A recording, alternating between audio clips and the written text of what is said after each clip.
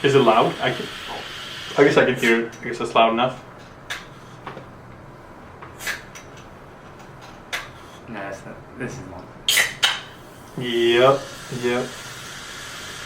Alright, go live. We're already live. We're going, dude. We're going. Episode 17, guys. Welcome to episode 17. The world is yours. Thank you all for... Don't quit. Don't quit. All the haters... Do it. Yeah, that's what it says. All the haters that said we won't make it past episode 2, here we are. Don't call it a comeback. We've been here for years. What episode is this? 17? This is 17, and we are going to be doing it a little bit differently. We're going to be sticking to a group of topics and also chatting about it for about 6 minutes each. So kind of staying a bit more on topic, to say the least, yeah. You may see a list of things. I don't know if I'm going to put it on the YouTube video. You may see what's going to be talked about on the right side, but we'll see about that. But in any case, do you want to start it off with our first segment? Yeah. So I think people that have been listening for a couple episodes, or we haven't done 17, right? So there hasn't been that many episodes.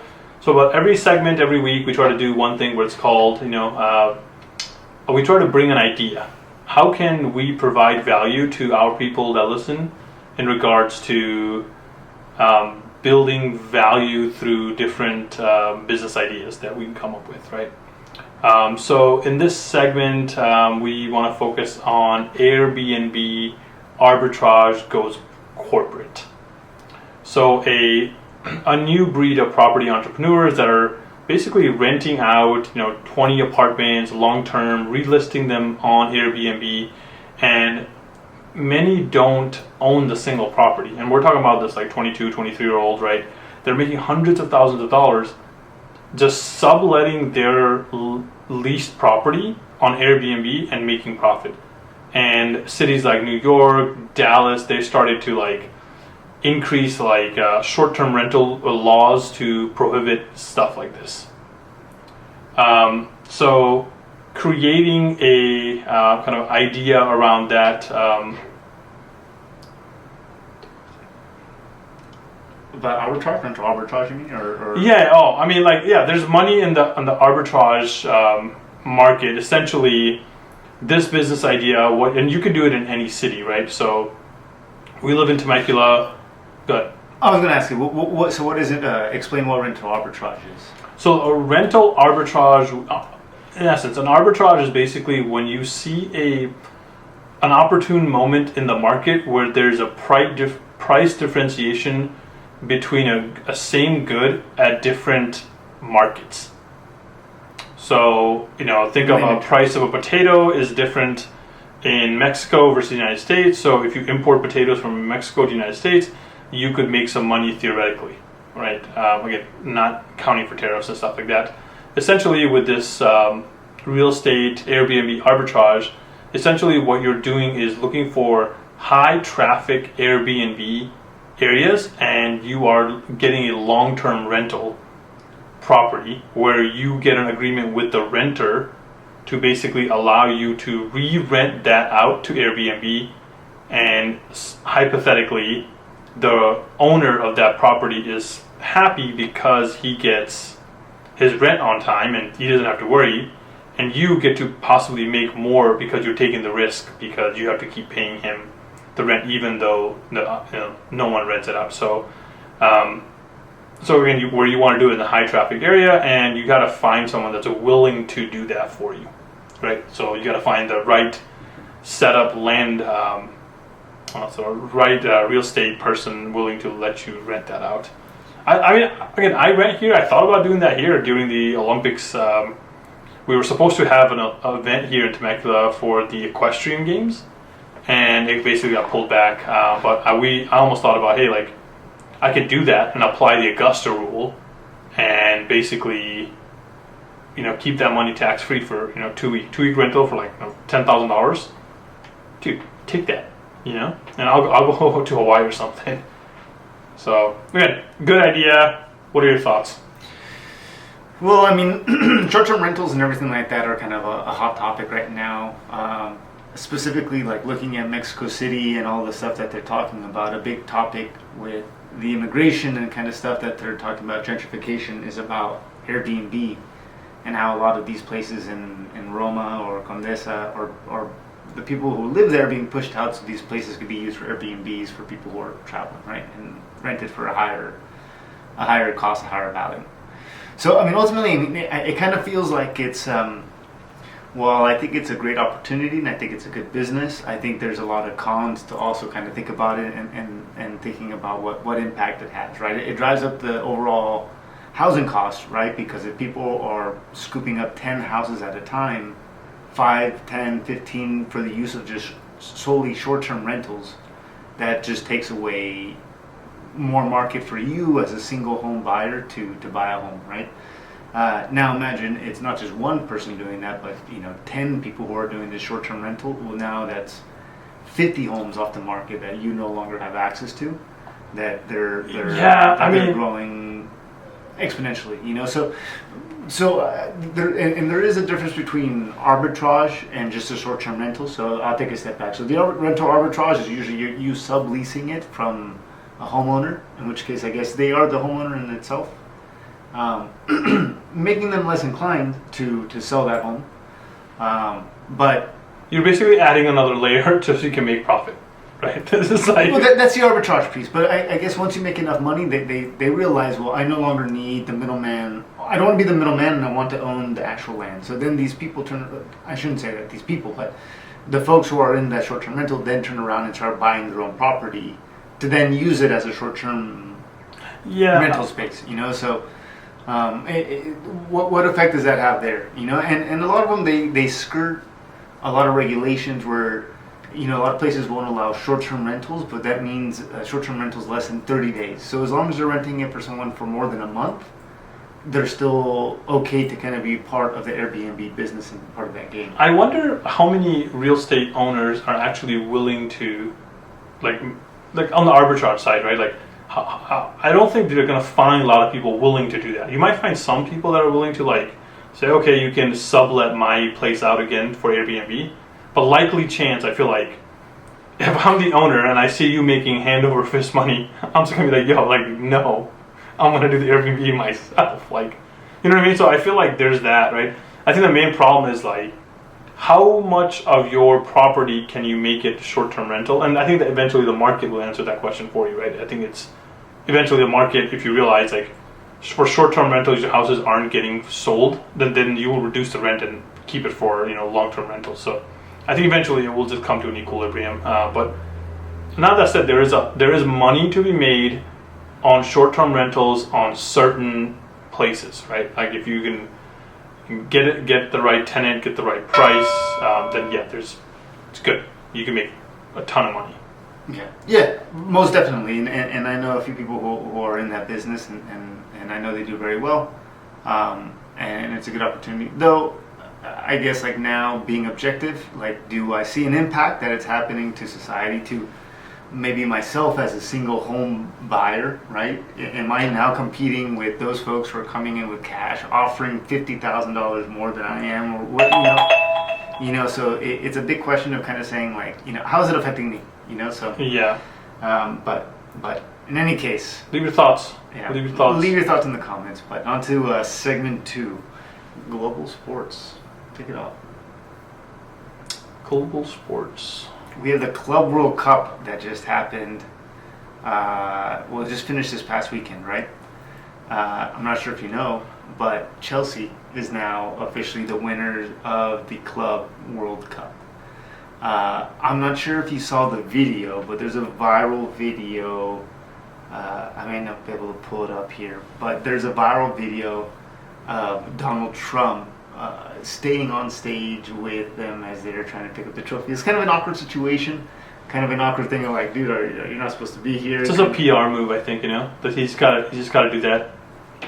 You think it's just one of those things where he's just I just got to stay here to kind of... Yeah, because I feel I think for him, there's a lot of investment in soccer, the Miami Sports FC. A lot of his Mar-a-Lago or so. Yeah, I feel like there's some connection to that kind of stuff. Trump's been fairly like open to sports. I think at one point he tried to buy the Bills or something, but yeah, I don't know. Like he's old, dude. People gotta like he's old. This looks very awkward if you put him in like a room full of like athletes. He's old. He's like 76, 78, 7, right? So yeah, the age starts to show. It just looks you're old. You're just old, and yeah, I mean. But again, I don't think like Club World Cup's pretty fucking mediocre tournament. I'm gonna be straight up with you. Like, I knew that it was happening. I knew Chelsea won. I didn't really watch it. I will tell you this. I'll tell you why it's ass. Because, like, so Liverpool just declined to play. So think about that. Liverpool just said, I don't want to participate in this. So tell me what that does to the value of your tournament. Well, I mean, I mean, you have to risk they just came off of winning the Premier League. Yeah. But regardless, right? Like typically clubs don't they don't say I don't want to partake. So I feel like it's like I think it's a money grab more so than anything. It's like, oh, we make one more tournament, one more games, more shows, right? I think they all were like, oh, like greedy FIFA. Just give them a rest, dude. These guys are top tier athletes. You gotta play like international games in the fucking summer. Like, leave them alone, dude. Let them rest. That's how you get injuries. You complain about like fucking injuries. Yeah. Then don't like. You know what I mean? Like that's not that like. I think they should like. I think this goes for all sports, right? I think all sports. I think there should be like you shouldn't try to like. I didn't like that league thing they were trying to create. They tried to create like a super UEFA league. Yeah, with all the top clubs and everything like that. Yeah, I'm like, bro, what do you do? They already exist. It's called the UEFA league. Like it's called the Champions League. Like, what are we doing? Adding 2 more teams on there? Like it's kind of dumb. Like, and your players gonna get tired. Extra game, players get injured. Like, it's not it. Yeah. Well, I mean, so and to your question, I don't care if Trump went on the stage and like distracted from Chelsea's fucking globe because no one really cares about Club World Cups. Like, there you go, dude. Chelsea cares. Chelsea cares, man. I guess. I mean, a trophy. It is a cool opportunity to see like clubs like Mexico and like clubs in Mexico, Monterrey and things like that play against these top clubs and everything like that. And I think you're right. It's like it's a PR thing getting ready for next year's World Cup. So it's kind of getting everyone lubed up. So to if speak, you think about it, for all that. Like the Club World Cup, in theory, is supposed to be the biggest club tournament in soccer, right? In theory, right? Like you are supposed to. This is the biggest club tournament, right? If all of these soccer coefficients were all just as good as Europe, let's say like the CONCACAF was just as good, or like the Asian League was just as good as, then this would be a fucking tournament to watch every year. Everyone would be tuned in. They'd be like, oh shit, like we got like Flamingo down there, like ready, like they've been crushing it. Like, Flamingo, you know what I'm saying? Like what? Like Chivas out of nowhere, dude. Like, well, that's what I'm saying. Like we did see some teams like kind of. They're playing with the B team, dude. Like, stop. But I don't know, man. They're playing like no one. Like stop. PS. The team didn't even like participate. It just tells you about like how serious they are. They didn't want to participate. They're like, we don't want to injure our players and play in this like hood-ass tournament that you put up. Yeah. So, well, I guess the question is, how do you make it more of an elite? Well, see what happened. Usually they do the Confederations Cup the year before, right? Like where it's all the winners of. Well, it's Confederation Cup should be next year. No, because next year's the World Cup. 2026. Oh shit. Okay, yeah. So when is the Confederation Cup? Don't they usually do it the year before? Jamie. Yeah, they usually do it a year before at the host country. Yeah. So why aren't we doing that? Yeah, it is happening, dude. It's happening. It happened already. No, wait, no, 2025. Search for 2025. Or they stopped it? It's not a tournament that exists. Damn, didn't this the oh, okay, like yeah. I also feel like, again, this is another one of those fucking, what is the point of this? Like, what was the point of the Confederation Cup? Yeah, the Confederation Cup was kind of dumb. Right? Why does it? Because isn't the World Cup just that? Yeah. All the confederations to come and play together in that cup. Like, I feel like this is what I mean, right? Like, they got greedy and they made a cup that like just brought in a ton of like money, and they were like, oh, they got greedy, and then but it didn't really like wasn't popular, dude. So I still don't understand how exactly it kind of works, the Club World Cup, where it's kind of like it doesn't necessarily take the winner of each. So it used to. So the Club World Cup, it used to take the winners of each of the local teams, domestic teams, and then it used to take one of the host city or host league's domestic winner. So think about it. Let's say like if the World Cup was being held here, it would take the winner of the MLS Cup. Whoever won the MLS Cup would also get to participate on there, along with whoever won the CONCACAF like version of the Champions League. I see. That's why it's kind of. But this year they added like 2 teams from each league can participate. I think, or 2 or 3. I don't even know. Is it maybe 3? Just because before they only had like fucking like 8 teams participating. So yeah, 32 teams now. Yeah. So. Well, I mean, awkward moment, but still pretty good. So, segment 3. So, tech and dystopia. Your face, their crime, the rise of deepfake arrests. So, what does that mean? So, a Chinese man was arrested over a deepfake video of himself confessing to a crime. In the U.S., a cheer mom faces charges after using AI to fake videos of teens vaping. Tech that was once niche is now weaponized for real-world harm. So kind of the trip is now, how are people using AI? Is this really good? Is this bad? I mean, it is, while it seems kind of destructive, a form of free speech, right? That enables kind of parody and kind of creative disruption in the sense of like, I could create a deep fake of Trump doing something kind of funny or humorous, I guess, or these public figures. Simultaneously, it's also kind of forcing the hand of like making us pay attention to these things. You know what I mean? It's like now we have to make laws and shit like that to make sure that we're good. You know what I mean? Yeah. So I mean, I work in security. This is actually a very, very kind of question. I actually saw something on LinkedIn today about this guy had posted. I know the guy. He had posted a video of him saying, "Hey, like, what's going on, everybody? This and that." And then at the end of the video, he's like, "Just want to let everyone know that this is actually deep fake. This is actually not me. I made this video." And I was like, "Okay, like this is pretty convincing." And then the whole point is like, this guy works for a security company that like can basically detect like deep fakes and stuff like that. But I think it goes back into having laws around AI. And there needs to, someone is not, I mean, I'm sure the government is paying some attention to it, but there needs to be some sort of a third-party governance over AI, because I feel like the government people that are in charge don't understand what it is. That's the main problem, right? If you understood what it is, then you can make the laws around it, but you don't understand what AI is. You don't understand, you think it's a Google search, and it's not. And you think it's a chatbot, it's not, right? It's much more than simply just being able to talk to a chatbot and get a response out, right?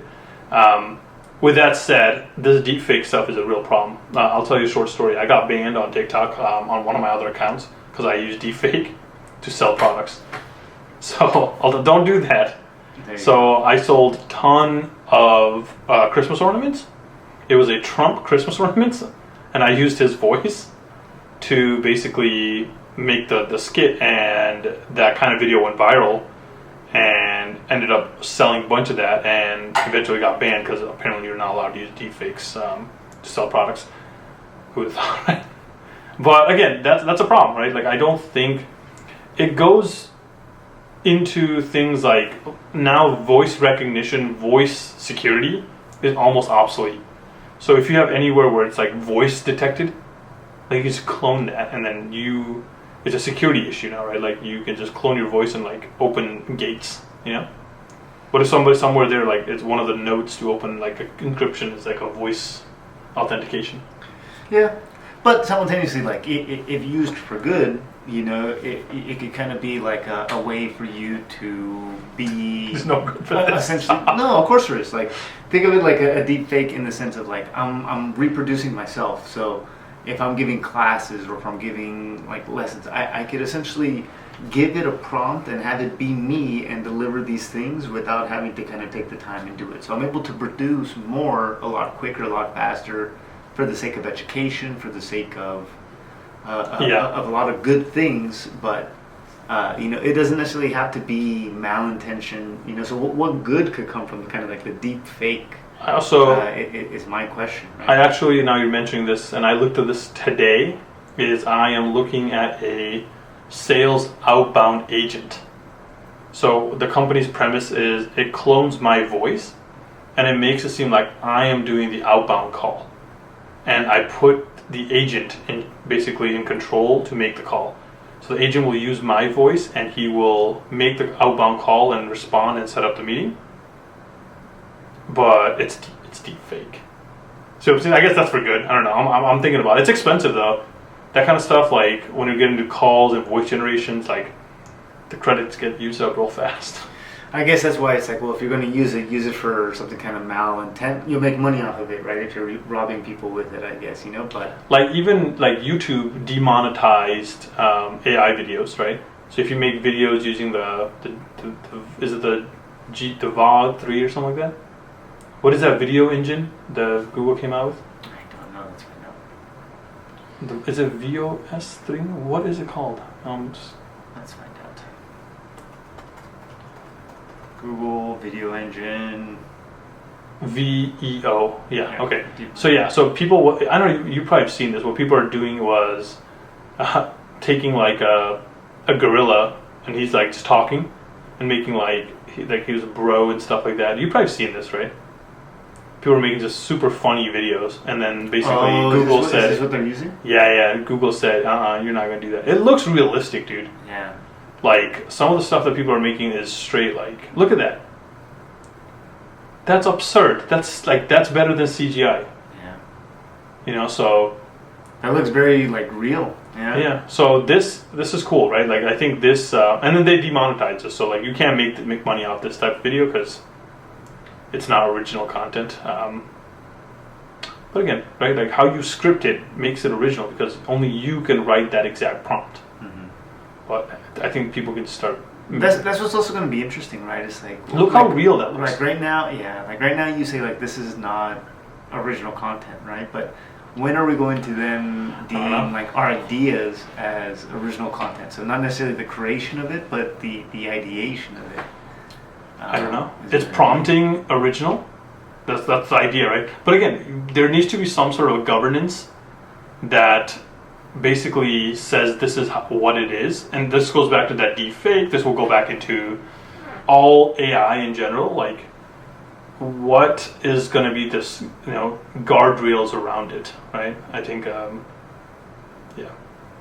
think that's a tough question, dude. That's like in one essence, you don't want to hinder the good things, but it's going to bring up like. You can basically, think of it from like an extortion standpoint, right? You can kidnap somebody and just make the clone voice and do that stuff. So yeah, I agree. But we'll see where it goes. I think it's going to be an interesting thing. But our next segment, internet culture, the health CEO shot. Did a broken healthcare system create a vigilante? His name was Andrew. What is this? The United CEO, the CEO? No, that's not the guy that got shot. What's his name?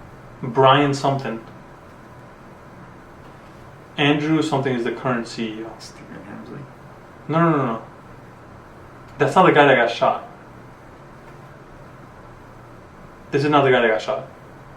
Yeah, that's the original. Just put United Healthcare Brian. He wasn't was he? No, Brian something, dude. Brian Thompson. Yeah. Oh, is he wrong? Okay, here's a trip. Now that we're just on this topic right now, right? So that guy that shot him, Luigi Mangione, right? He used to work for a company on the same department that was a client of mine. Is that trippy? So he probably was, if I go and check like my emails and stuff, he's probably on one of those like calls. He was on your call?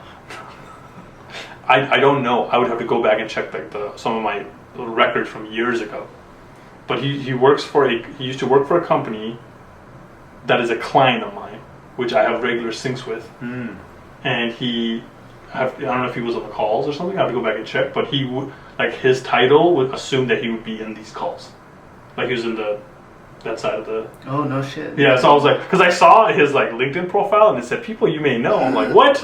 It was like mutual connections. I was like, this is trippy. Like that's 6 degrees of separation right there, man. But that's not somebody you want to be associated with. But I don't know. I guess what this kind of highlights, or the question is that the attacker, they let them know saying that the systematic greed is the reason for shooting, you know, and is this a violent call or a violent, I guess, a desperate statement, so to speak, for health injustice? You know, it's like what I see. What was the guy's like what was he trying to do? I feel like that's where he didn't really like, you know, express. Like he didn't say, hey, this is what my goal was, you know.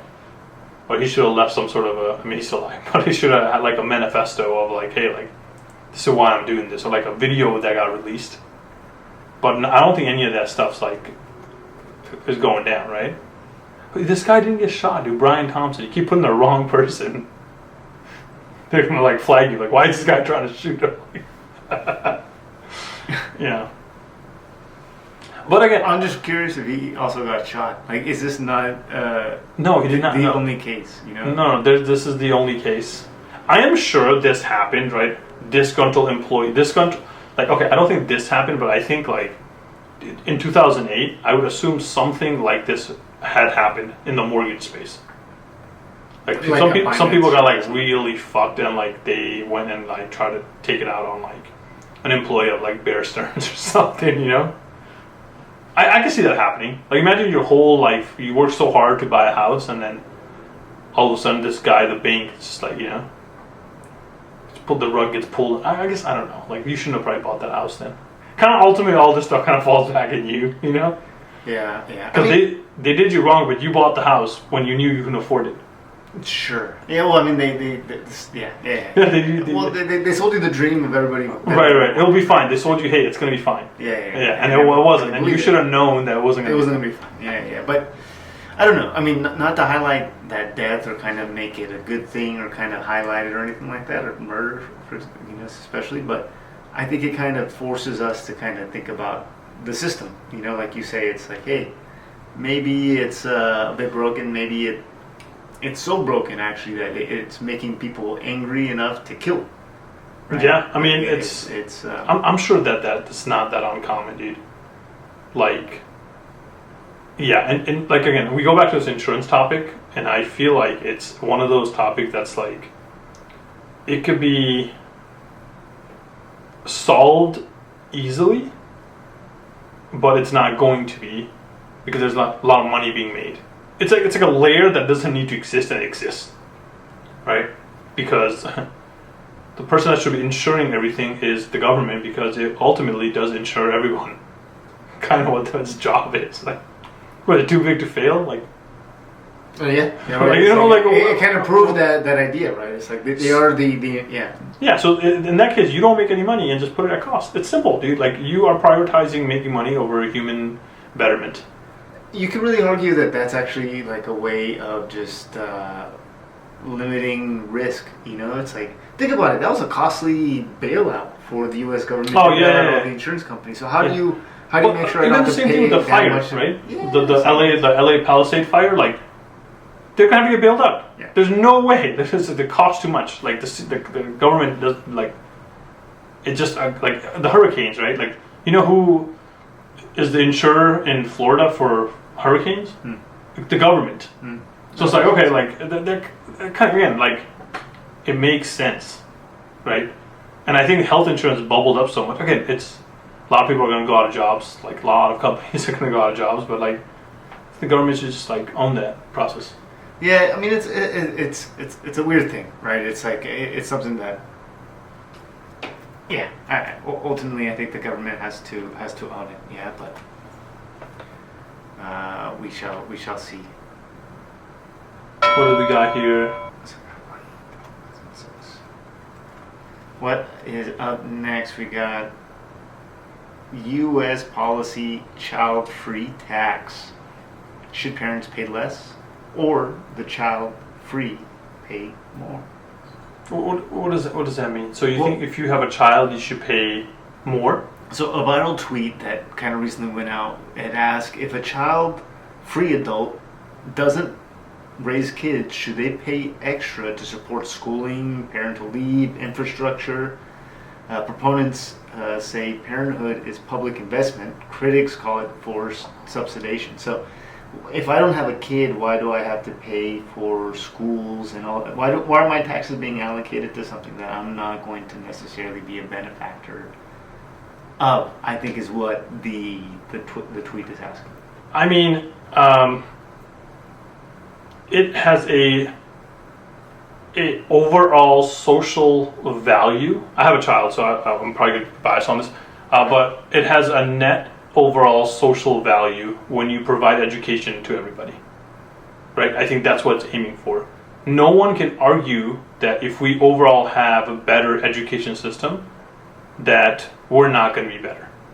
And I think that's where the premise of that comes in. I think, to a degree, I think some of these basic things like school, health, all these things should be a government provided things. I think, right? Like instead of bombing X, Y, and Z country. Like again, I think focus on these things first and then bomb them after.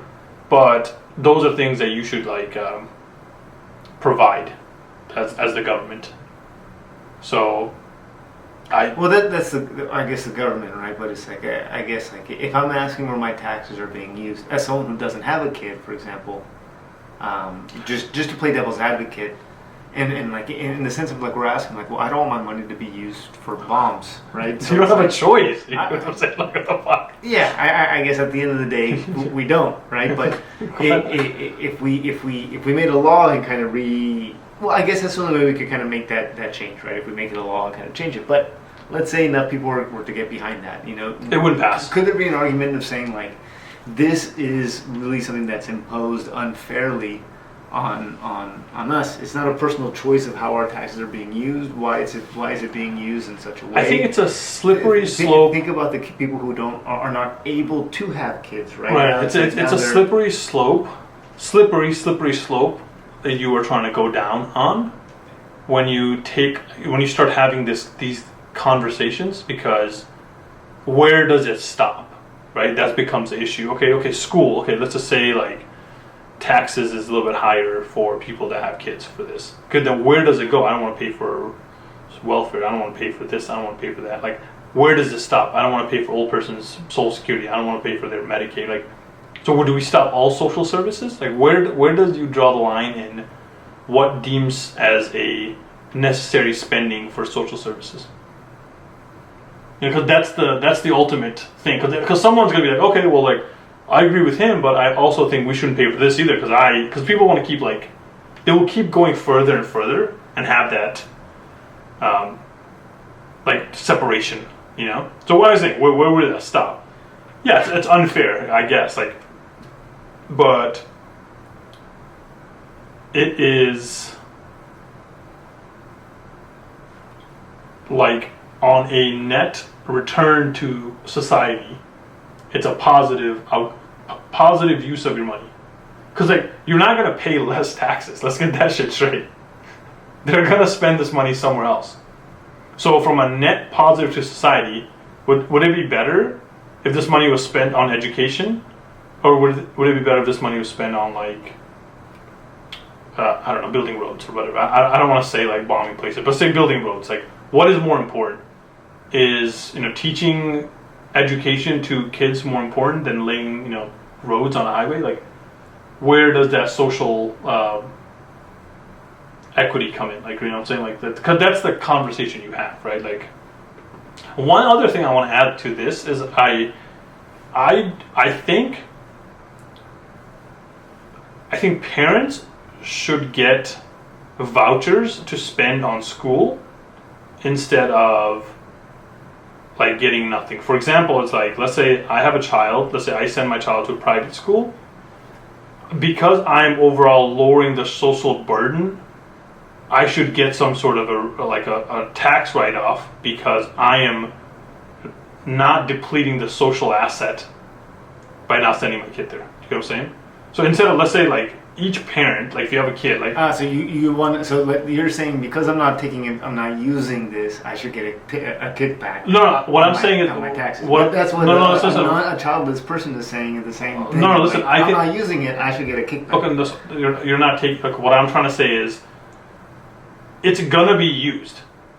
If I send my kid to school, it's gonna be used. Yeah. That resource is gonna be used. Mm-hmm. So you have already allocated X amount of dollar for that child. Mm-hmm. Because I don't send my child to that school, I'm putting less burden on the school. I'm just getting back to the idea saying, listen, what I'm trying to get back to is, you as a parent should be in charge of where you use your like funding. So let's say every kid in America should get like say $10,000 a year for school, right? Then you get to decide where you want to spend that $10,000 in what school, right? Instead of like, again, my kid goes to private school. Like in fact, I'm actually making society, I'm net positive. Shit, like I'm paying twice. Well, no, but I also think that schools get paid based on the kid, like the body has to be there, right? It's like when you don't show up to school a certain amount of days, that's why the school gets upset because they don't get paid. Oh, yeah, I'm sure. Yeah. There's a whole thing, but we'll on to the next segment. But that's an interesting idea.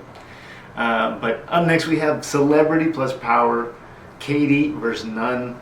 Did Katy Perry steal a convent? What the fuck is? What does that even mean? So Katy Perry bought a $14.5 million property in Los Angeles.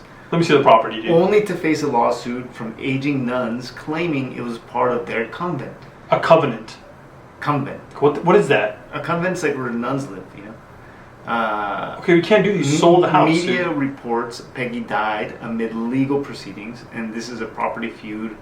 Is it a property feud or just a mere? Let me see the house, dude. Let me see this house. Katy Perry's $14 million house. Didn't she just get a divorce? She was married to Orlando Bloom, right? I mean, so that means someone took the $14 million and I don't own the house? What is happening? Like, what is that shit? I think they're trying to like claim that it was there, so it was like a wrongful sale, but I don't know. Okay, well, so Katy Perry was involved in a high-profile legal battle to purchase a former Catholic convent in Los Angeles. The property, a French-style chateau, was owned by the Sisters of the Immaculate Heart of Mary, but the Los Angeles Archdiocese was attempting to sell it to Perry. The nuns, however, wanted to sell it to a different buyer, Dana Hollister, leading to a complex. Two people thought that they had the rights to sell the house. Yeah. Yeah, I mean, this is a legal tort. You know what I'm saying? They got to solve this in court. Oh, so the outcomes. So the judge initially ruled in favor of the Archdiocese and Perry, allowing the sale to proceed. A jury later found that Hollister acted with malice in pursuing the purchase and ordered her to pay significant damage to Perry. They said, fuck the celebrity, dude. No.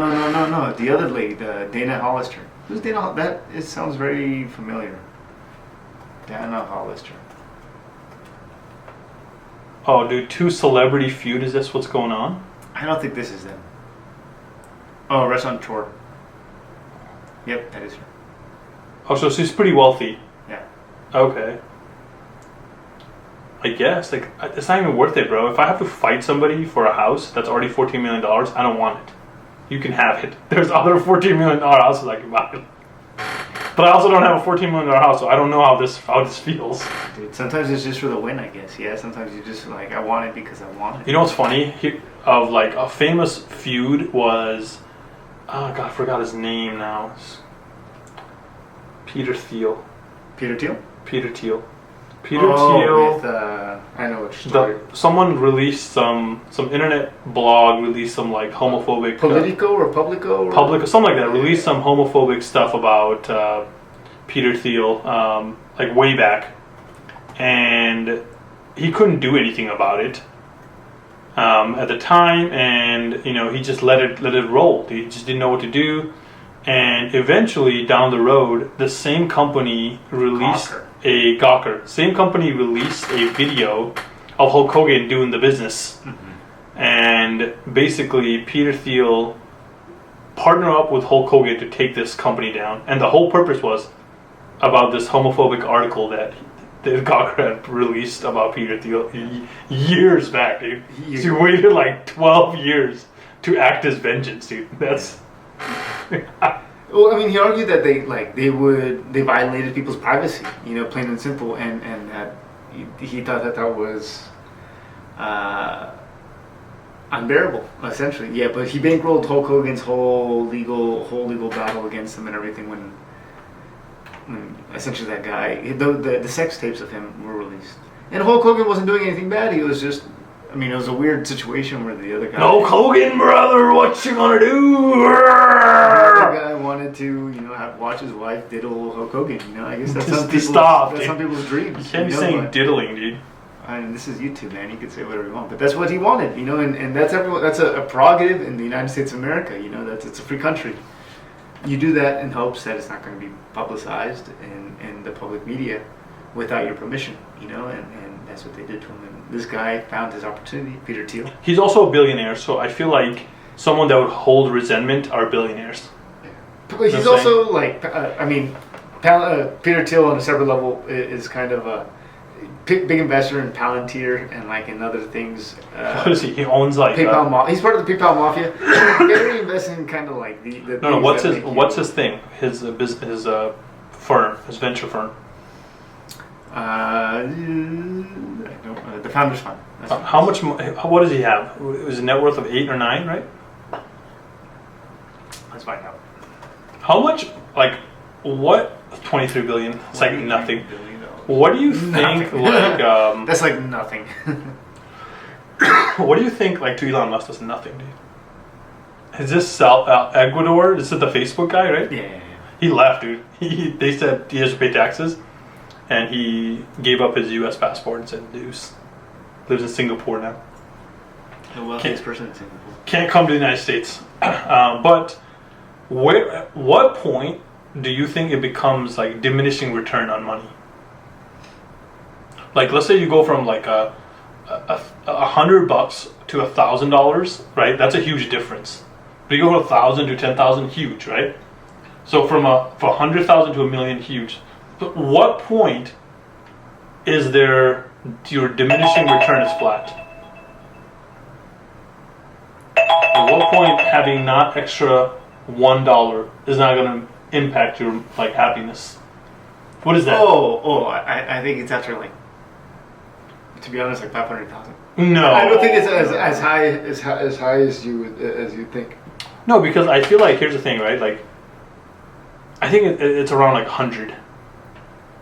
Because once you have 100 million, I feel your next tier is $1 billion, and it's you have to be. But I guess it's but your question was at what point do you no longer see kind of the value? 100 million. At what point does it just become a number? I think it's far less than that. 100 million. You can buy a jet, dude. Not worry. But think about it. It's once you buy you have your house paid off, you have $1 million in the bank. I want a jet. Yeah, but even then it's it's just a number on the board. No, but I want a jet. Once I have a jet, your needs are totally satisfied. They're super. I think if you ask me how much money, I think it's that. If you ask me how much money do I need to make a year, I think if you make I don't know, if you $1 million, $2 million, I think you're set. For sure. You know what I mean? To be honest, if you were to give me $2.7 million, 2.7 exactly. $2.7 million you earned a year. $2.7 million after taxes, I could have my life set up. What are you gonna do, dude? I'll tell you what. So, I'll go buy a house for up to $1 million. Okay. Ideally, done. Ideally, $1 million. You're down to 1.7. Correct. So, ideally, it'd be $800,000 into the house, $200,000 extra to spruce it up. Well, make it a little bit nicer, put some fresh paint, add some value to it. The next $1 million I would put into the market. I would put it into dividend funds, something that I'm able to, again, 1% in that the fund that I have right now. It gives you 1% dividend each month. 1% of $1 million is $10,000 a month, so that pays the property taxes on there of the house that's already paid off. With the other, what 700,000. 700,000. So I would use maybe about 250 to pay off all of my debts that exist, all of my parents' debts that exist, and then the rest I'd buy myself and my partner, my girlfriend Ada, probably a Lexus, a nice Japanese car that I know is going to last me a good 20 years, and leave the rest in a high yield savings account. And yeah, dude, and then I could just kind of like, you know what it's Then called? Just Film Podcast. Yeah, dude, that's what you call a fuck you position, man. No. Anybody wants you to do something, you say, 2.7 is man. not enough, dude. I feel like if I had that, like, I wouldn't work. I'll tell you, I wouldn't work because I feel like at that point I can like invest my money and make money. That's what I'm saying. But I would still be working. No. working for So myself. I'm not saying that like at that point I think it's like that's a moral issue, right? At that point it becomes like, are you just a person who is just like mentally You can like get to be 6%. Like you can get 6%, right? I think that's you can get on your worst day. You can get on your worst like 10-year. I think 6% return is what you should expect, right? So like think about it. If you have, I think you need at least like $2 million in the bank. But I'm telling you, man, it's 1% each month in dividends. Yeah. So but and like again, I guess my idea is not so much as like how much do I need to just sit back and do absolutely nothing with my time, but how do I kind of make sure that like I get to choose what my time is going towards, no matter what. You know, like nobody's going to tell me kind of what to do. I feel like that's the cushion that I would need to kind of feel. Like if I want to do podcasts all day, that's what I would, you know, and feel totally fine that my family is going to be okay. You know, I feel like I need more. But well, no, you're right. But that's going to be your urge to kind of do that. But you're not like the food is going to be paid, the house is paid, the cars are paid. All of the things that would bring you high stress when it comes to finances are totally taken care of. So every dollar you earn is a dollar that you could put into any kind of other investment. Yeah, no, you can do other stuff at that point. Like that's what you're saying. Yeah. No, I get it. I hope that if you make $100 million, that you don't do anything and like just jerk off all day, man. It's like, I mean, you're gonna. It's just $100 million. Like Well, who was the dude who like? There was an article that came out. He's like, I sold my company for like $1 billion, and he's like, I'm depressed. I don't know what to do with my life. Like there's no like side quest that I want. Like there's no sense of purpose now, and he feels like what was it all worth? No, I could find purpose, dude. Stop. What's that guy talking about? Dumbass. Yeah. Where were we at? This was science and ethics. So gene-hacked babies. Should we edit our children? The CRISPR edited twins from China and are doing well in school.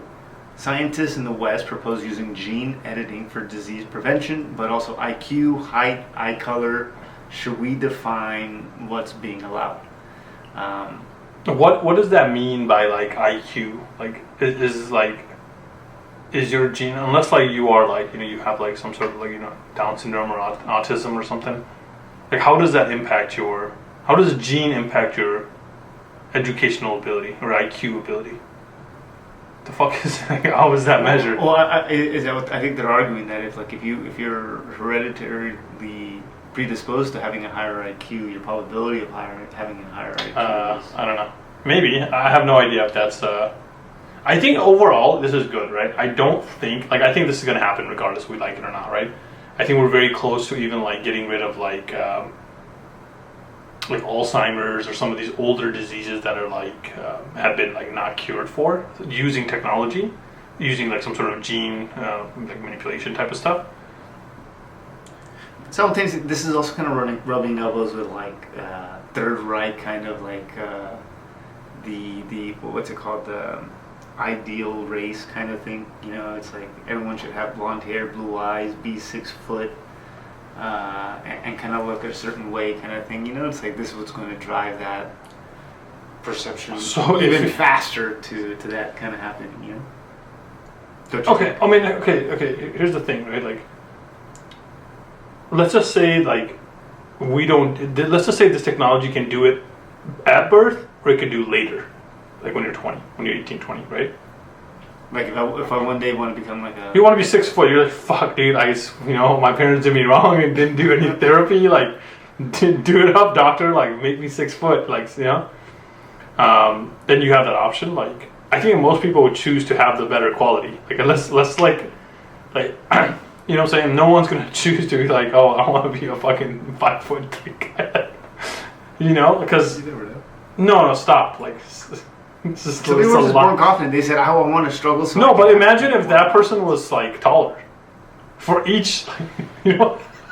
Well, see, but that'd be interesting. Like he went all his life kind of being really short, and then now he had an opportunity to be tall. So he built up the confidence through life in his adolescence. You know, kind of got bullied. He became tougher.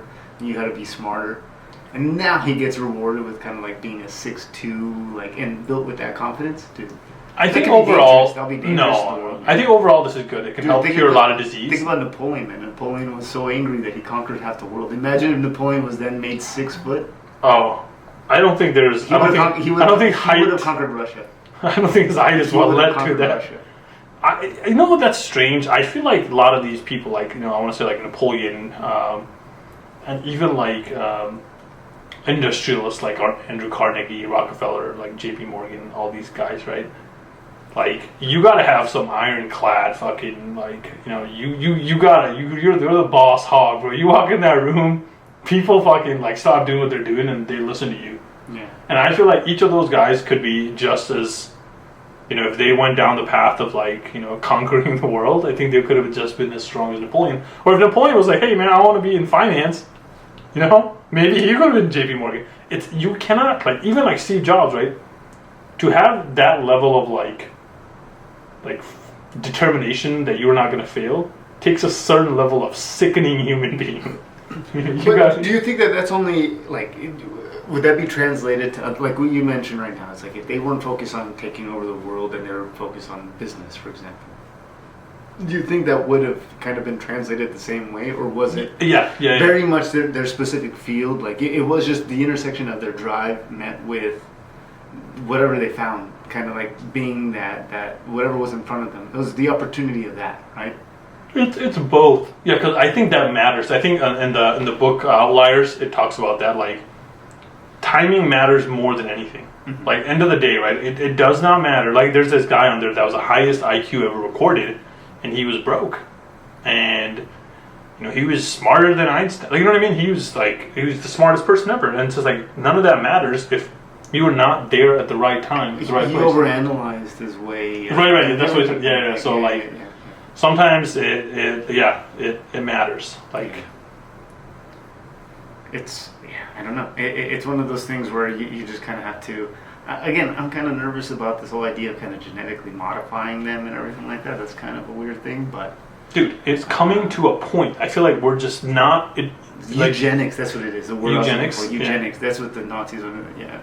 I think it's just coming to an end, dude. We're all going to be cyborgs. We're all going to be robots. Like 100 years from now, we're going to be half humanoid, like machine robots. I'll be on like an iPad. I'll get to choose it'll be like Sims. Like, I want my baby to have like green eyes. I want them to be like have black hair. Oh, 100%. I want them to be into music. Yeah. I want them to be into reading books and shit like that. It's gonna be like a Sim. Tiger Woods. Yeah. Or what if it's like you can just okay, I'm getting too weird now, but like, how far are we from that point to then just downloading consciousness? Well, I mean, if you put the chip in your head, then I guess at that point you're right there. There you go. Interesting question. Yeah. Last but not least, we got segment 8. We have economy plus culture. Work-wife lawsuit. Can you sue for emotional infidelity? So, where this is coming from, a Texas woman sued her husband's work wife after a long, emotionally intimate friendship. Was it harmless bonding or emotional betrayal worthy of legal compensation? Has friendship become a threat? There's a video that we'll probably maybe show later, but I don't know, man. So we don't want to see any of those videos. yeah. Where's the? I need the Pornhub sound clip right now for the clock. We do, bruh. But it's I don't know. I will be honest. I kind of subscribe to the idea. I thought you said I subscribe to something else. I was like, damn. Let me be honest here. No, I don't necessarily subscribe to the idea that you could kind of have like a good friendship with someone of the opposite sex if like you're married. Yeah, I mean, it's what not I mean? possible. It's like your wife saying my guy best friend is like you're my like You're the husband. You're supposed to be the guy's best friend. You know what I mean? It's like, what do you mean? I don't know. No, I agree. I think we talked about this before. But yeah, I feel like that shit just doesn't work. I always see this. It's like these guys are doing these like spoofs or something, and it's like these two people, and they're at work, and the husband comes and drops off like the wife off, and the husband's like, wait, who's that? And she's like, oh, that's my work husband, and he's like acting super gay. And his whole point was just trying to get at her. Yeah. He was just waiting for the right opportunity. Work husband, dude.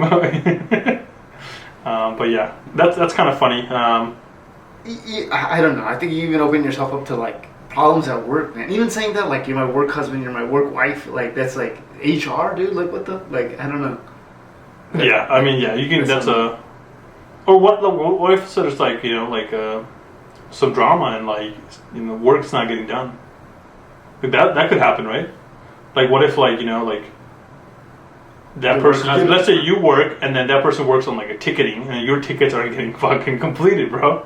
That'd be fucking. I see, like, you know kind of what I'm like saying? a retaliation or something like that. It's like, dude, I'm upset at you because you didn't go to coffee with me yesterday and everything, and they become kind of like sassy, like you're like, I don't know, you're in a relationship, you know? You're like, oh, dude, It's like, dude, I can't escape this, man. Everybody hates me.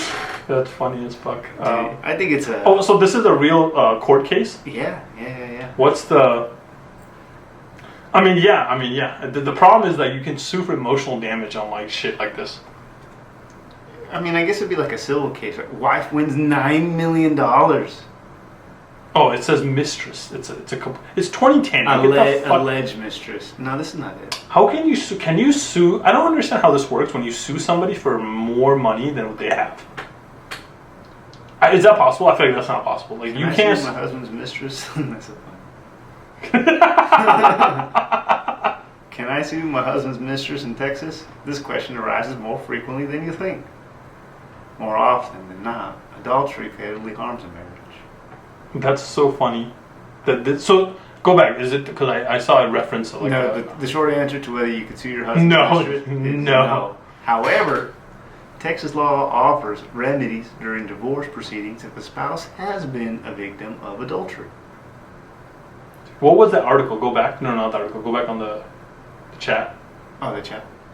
What was that TikTok? Oh, okay. So I'm like, okay. So never mind. Yeah, sometimes they have it. They don't have it right now. It's cool that I can pull those things. Yeah, but none of the links that they pull work. So damn. Yeah, I'm a little. I feel like I want to say like the most controversial thing and just like end it. Just end it again. I'm like, almost. Office friendships are bad, okay? Yeah. Well, in any case, I mean, I think we did a pretty good job of trying to follow the segment time. I think we may have a little bit more time on the timer. We'll see right now once we kind of add everything up. But thank you all for coming and enjoying episode 16 or 17. We will see you all next week for episode 18. Join us on our live before to see us sell on TikTok Shop. And also join us on TikTok Live every Thursday night as we film these episodes. We'll see you on YouTube, TikTok, Instagram. You start seeing us on Instagram and Apple, on Apple and Spotify podcasts. We're everywhere, officially a podcast. Yeah. So we'll see you soon. I love you all. Arrivederci.